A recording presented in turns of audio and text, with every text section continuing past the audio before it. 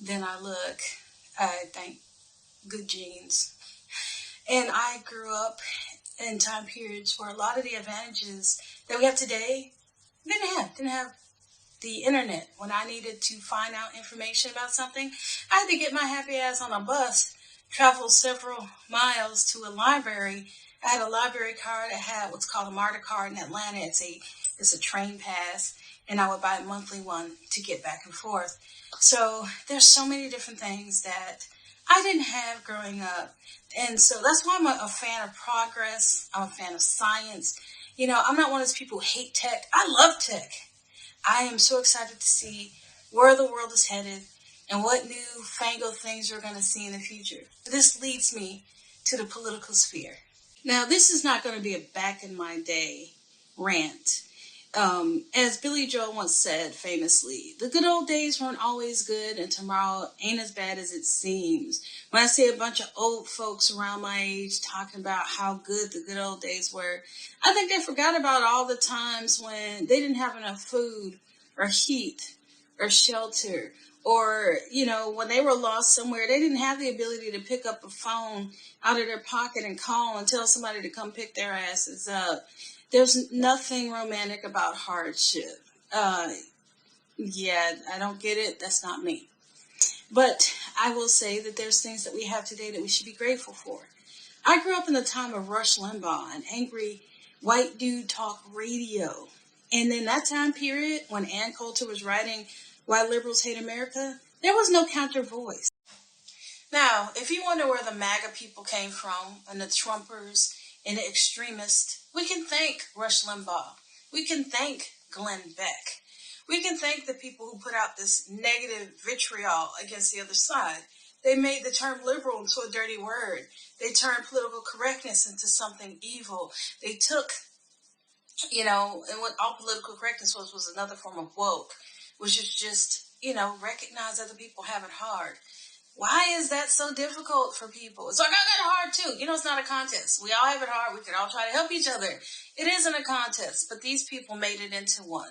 They made us into an us and them. They coined terms like feminazi and a welfare queen and all these different things.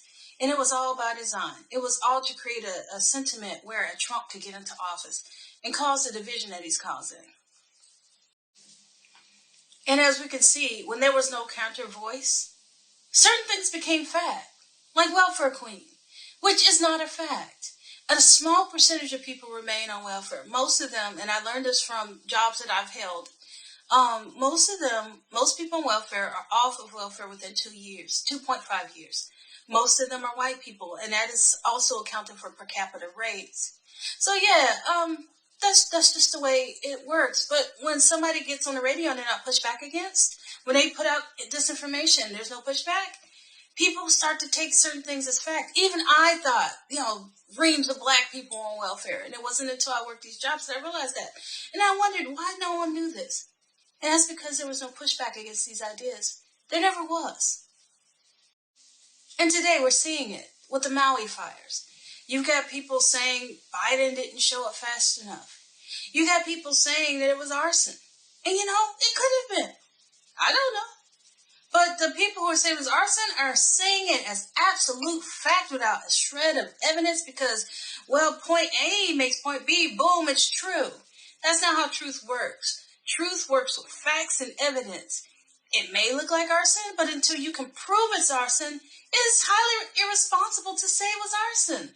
But you try to say that to these people who absolutely believe it like gospel, and it makes you understand why they go after the religious. The religious are trained to believe in things without evidence, and so you go after the religious because if you're trained to believe in things without evidence, and you're made to feel bad because you question, then, wow, you've got a great a group there that you can tell anything and they'll believe it and they will never push back.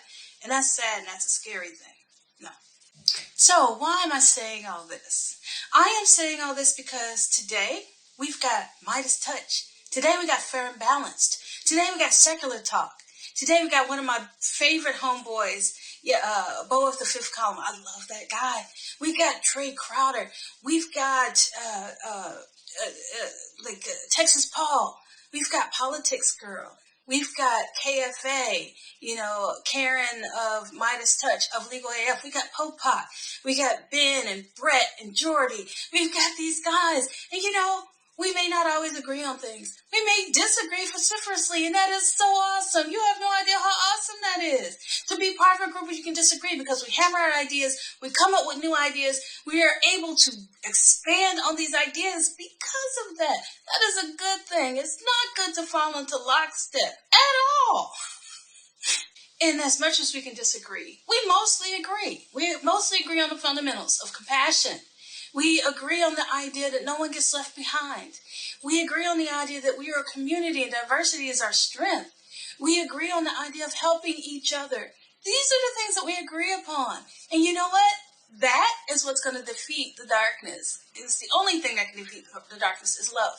So I just want to take a time to shout out to these guys, to Meidas Touch, to Farron Balanced, to Secular Talk, to Politics Girl, to Jessica Denson, to all the people out there. Thank you so much. You're the reason why I wanted to start this channel. You're the reason why I knew I could put my voice out there.